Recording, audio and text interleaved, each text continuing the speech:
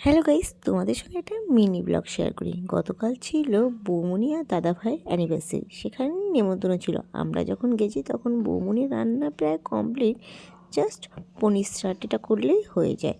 আর এই দিকে দেখো দিদিভাইয়ের কোলে উঠে জেঠুর সঙ্গে দুষ্টুমি করছে দুষ্টু। পনির সাটেটা হালকা ফ্রাই করে টস করে নিয়েছে, দেখি কিন্তু লোভনীয় লাগছে। আর এইদিকে দাদাভাইকে সাজিয়ে খেতে দিয়েছে।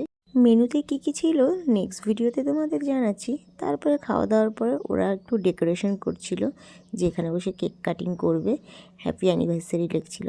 আর দাদাভাই বৌমনিকে দুজনকেই বলি হ্যাপি অ্যানিভার্সারি। আর এখানে দাদাভাই চা খাচ্ছিল। তারপরে দেখো পুরো সেট আপ রেডি। দাদাভাই বৌদিভাইয়ের জন্য গিফট নিয়ে এসছে, সেগুলিই ছিল।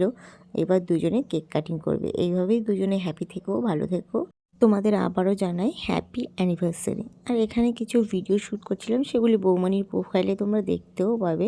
তো চলো দেখা হবে নেক্সট ব্লগে। টাটা।